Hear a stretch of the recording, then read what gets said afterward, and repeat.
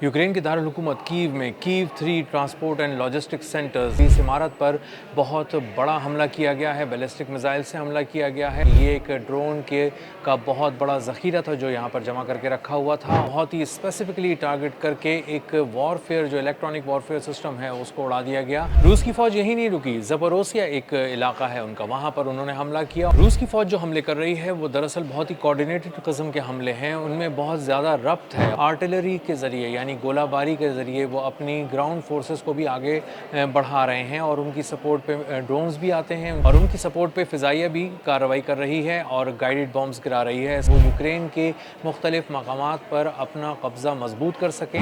ताज़ा तरीन जो हमले किए गए हैं यूक्रेन पर उसमें रूस की जानिब से 200 ड्रोन्स इस्तेमाल किए गए हैं। इसी तरह इस्कंदर बैलिस्टिक मिसाइल्स का भी इस्तेमाल किया गया है और एंटी रेडार मिसाइल्स को भी इस्तेमाल किया गया है और दिफाई निज़ाम को बहुत ही बुरी तरह धचका पहुँचाया गया है। रूस ने यूक्रेन पर एक बहुत बड़ा हमला किया है और उसके मुख्तलिफ शहरों को निशाना बनाया है। दारुल हुकूमत को ख़ास तौर पर टारगेट किया है और वहाँ पर एक इंतहाई अहम तरीन फैसिलिटी को उड़ा दिया है। इस फैसिलिटी को उड़ाने से यूक्रेन की फ़ौज को जंगी तारीख़ का एक बहुत बड़ा नुकसान हुआ है, क्योंकि यूक्रेन के पास मिसाइल्स तो थे नहीं, इंटरसेप्टर्स तो थे नहीं, दिफाई निज़ाम उसके खामोश थे, वो सिर्फ ड्रोन्स के ज़रिए हमला कर रहा था। और अब रूस ने जो हमला किया है वो कीव के अंदर किया है और एक बहुत बड़े कॉम्प्लेक्स को उड़ा दिया है और इसके अंदर ड्रोन्स रखे हुए थे और कितनी बड़ी तादाद में रखे हुए थे ये जब मैं आपको बताऊंगा तो आप चौंक उठेंगे। ये एक बहुत बड़ा नुकसान है जो यूक्रेन की फ़ौज को लगा है। ये धचका बहुत दिनों तक यूक्रेन की फ़ौज को उठने नहीं देगा और उसके हमले जो रूस पे मुसलसल किए जा रहे थे उनको अब हम ब्रेक लगता देख सकते हैं। मेरा नाम अज़हर अली ख़ान है और आप देख रहे हैं आज की बात। यूक्रेन के दारुल हुकूमत कीव में Kyiv 3 transport and logistics centres एक इमारत है, बहुत बड़ी इमारत है, तकरीबन 12 एकड़ पर फैली हुई। इस इमारत पर बहुत बड़ा हमला किया गया है, बैलिस्टिक मिसाइल से हमला किया गया है और इसी के साथ साथ ड्रोन्स फायर किए गए हैं रूस की जानिब से। और जब इस फैसिलिटी को उड़ा दिया गया है तो उसके बाद अब इत्तलात सामने आ रही हैं कि ये एक ड्रोन का बहुत बड़ा ज़ख़ीरा था जो यहाँ पर जमा करके रखा हुआ था और ये रूस पर बहुत से हमलों के लिए इस्तेमाल किया जाना था। और इसको जब तबाह किया गया है तो इसमें 15,000 ड्रोन्स तबाह कर दिए गए हैं, रूस का ये दावा है। और रूसी फ़ौज ने बताया है कि यहाँ पर बहुत बड़ी मकदार में ऐसे पुर्ज़े भी रखे हुए थे जो ड्रोन्स की मैन्युफैक्चरिंग के लिए इस्तेमाल होते थे। कुछ ऐसे ड्रोन्स भी थे जो इंतहाई कीमती थे, इंतहाई दूर तक मार करने वाले थे, थर्मल इमेजिंग उसके अंदर लगी हुई थी। इसका मतलब ये है कि वो रात में भी बिल्कुल उसी तरह हमला करते थे अपने हदफ को देखकर जैसे वो दिन में हमला करते थे। और इतनी बड़ी तादाद में किसी एक ही मकाम पे ड्रोन्स की पूरी फैसिलिटी को उड़ा देने का मतलब ये है कि यूक्रेन की फ़ौज जो रूस के हवाले से आने वाले दिनों में बहुत बड़े बड़े हमले प्लान कर रही थी और बार बार जो हमले कर रही थी वो ड्रोन हमले ही होते थे। तो इन ड्रोन हमलों को एक बहुत बड़ा धचका लगा है और अब बहुत से ड्रोन हमले करना यूक्रेन की फ़ौज के लिए अब उतना आसान नहीं रहा जितना आसान उसके लिए पिछले कुछ दिनों के अंदर देखा गया था। एक और मकाम पर भी रूस ने हमला किया और वहाँ पर बहुत ही स्पेसिफिकली टारगेट करके एक वॉरफेयर जो इलेक्ट्रॉनिक वॉरफेयर सिस्टम है उसको उड़ा दिया गया। ये वहाँ पर रखा गया था और आने वाले दिनों के अंदर इस्तेमाल किया जाना था यूक्रेन की फ़ौज की जानिब से। इसी तरह ड्रोन्स के पार्ट्स और इसी तरह रोबोटिक सिस्टम्स बहुत सारे वहाँ पर मौजूद थे और उस कॉम्प्लेक्स को जब निशाना बनाकर तबाह किया गया तो वहाँ बहुत बड़ी मकदार में कुछ ऐसे पुर्ज़ाजात तबाह हो गए जिनकी मदद से आने वाले दिनों के अंदर मैन्युफैक्चरिंग करके रोबोट्स में, इलेक्ट्रॉनिक वॉरफेयर में और इसी के साथ साथ ड्रोन के हवाले से, लॉन्ग रेंज ड्रोन के हवाले से एक पूरी मुहिम तैयार करनी थी यूक्रेन की फ़ौज को और रूस पे हमला करना था। रूस की फ़ौज यही नहीं रुकी, ज़पोरोसिया एक इलाका है उनका, वहाँ पर उन्होंने हमला किया और हमला करने के बाद एक स्टील प्लांट को उड़ा दिया। ये कोई आम स्टील प्लांट नहीं था, ये ऐसी फौलादी चादरें तैयार करता था जिनकी मदद से आर्मर्ड गाड़ियाँ तैयार की जाती थीं। फौलादी गाड़ियों के लिए वो स्टील की चादरें तैयार करते थे और स्टील की इन चादरों के इस प्लांट को जब जो बहुत बड़े रकबे पर फैला हुआ था उसको निशाना बनाकर तबाह किया गया।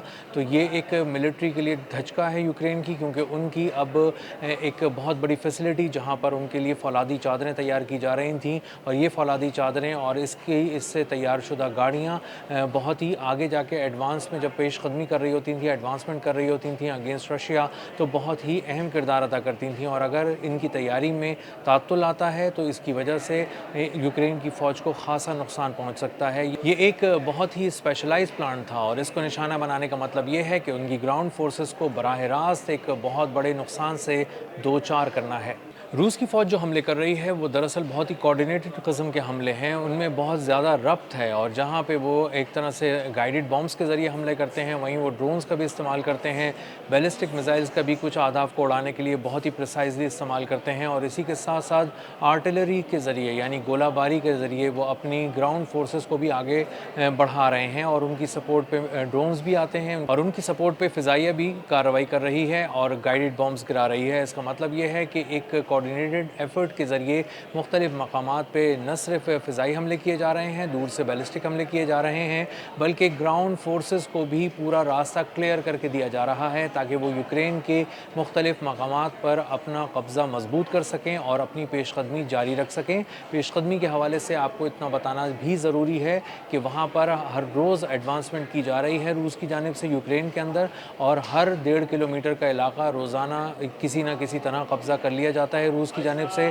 और उसके बाद पेशकदमी रोक दी जाती है, और उसके बाद अगले दिन का इंतज़ार किया जाता है, और शाम के बाद कोई बड़ी पेशकदमी नहीं की जाती। दिन के वक्त दिन की रोशनी में बहुत बड़े और मुहलिक हमले किए जाते हैं यूक्रेन की फ़ौज पे, और थोड़ा सा हिस्सा उनकी ज़मीन का हासिल कर लिया जाता है और उसके बाद उन्हें पीछे धकेल दिया जाता है।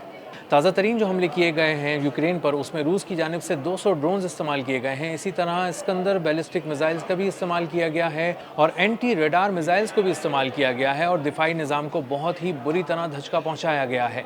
रूस की जानिब से यूक्रेन की बंदरगाहों को ख़ास तौर पर निशाना बनाया जा रहा है, ताक ताक कर वहाँ पर हमले किए जा रहे हैं, बैलिस्टिक मिसाइल्स के भी हमले किए जा रहे हैं और ड्रोन्स के भी हमले किए जा रहे हैं, समंदर में भी हमले किए जा रहे हैं, और इम्पोर्ट एक्सपोर्ट मुकम्मल तौर पर रोक दी गई है यूक्रेन की। जो बहुत से जहाज़ यूरोप से असलहा लेकर आ रहे थे यूक्रेन के लिए, उनको समंदर में ही बहरे असवद में ही ब्लैक सी में निशाना बनाया गया और उनको तबाह कर दिया गया। एक बहुत बड़ा धचका है जो इस वक्त यूक्रेन की फ़ौज को लगा है, क्योंकि वहाँ से जो सामान वो मंगवा रहे थे यूरोप से, अब वो नहीं पहुँच पा रहा, और उन्हें बहुत ज़्यादा हथियारों की कमी का सामना है। जो पोर्ट्स पे बने हुए बहुत सारे ऐसे कॉम्प्लेक्सेस थे जहाँ पर असलहा और हथियार और गोला बारूद स्टोर किया गया था, उन्हें भी निशाना बनाकर तबाह किया गया है। मुख्तलिफ कोऑर्डिनेट्स पे बहुत ही बड़े पैमाने पर अटैक्स किए गए हैं। बंदरगाहों तक आने वाले रास्तों और पुलों को भी ख़ास तौर पे निशाना बनाया गया है, और निशाना बनाकर उन्हें तबाह किया गया है ताकि किसी तरह का भी राब्ता बरकरार न रह सके, और ये राब्ता टूट जाए। और अगर इम्पोर्ट और एक्सपोर्ट के लिए कहीं से यूक्रेन के हुक्काम कोशिश कर रहे हैं तो उनकी तमाम कोशिशें नाकाम चली जाएं। तो आने वाले दिनों के अंदर अंदाज़ा ये हो रहा है कि ये जंग अब मज़ीद फैलती जाएगी, क्योंकि इसका दायरा बढ़ता जा रहा है। ज़मीनी तौर पे भी जो ग्राउंड फोर्सेस हैं रूस की, वो भी आगे बढ़ती जा रही हैं, और मुख्तलिफ जगहों पर बहुत टफ टाइम देने के बाद अब अपनी पेशकदमी जारी रखे हुए हैं। और इसी के साथ साथ एरियल बम्बार्डमेंट भी बहुत ज़्यादा हो रही है, और इसी के साथ बैलिस्टिक मिसाइल और ड्रोन मिसाइल्स के अटैक भी रूस की जानिब से यूक्रेन पर बढ़ते जा रहे हैं। ज़ेलेंस्की पे प्रेशर बढ़ रहा है, यूरोप और अमेरिका उसकी मदद को नहीं आ रहे जिस तरह उन्होंने वादा किया था, और अब यूक्रेन बहुत ज़्यादा मुश्किल में है, और आने वाले दिनों के अंदर उसकी मुश्किलात मज़ीद बढ़ती हुई नज़र आ रही हैं। अब तक के लिए इतना ही, मिलते हैं अगले व्लॉग में किसी नई खबर, नई तज्ज़िया और नए ज़ाविये के साथ। अल्लाह हाफ़िज़।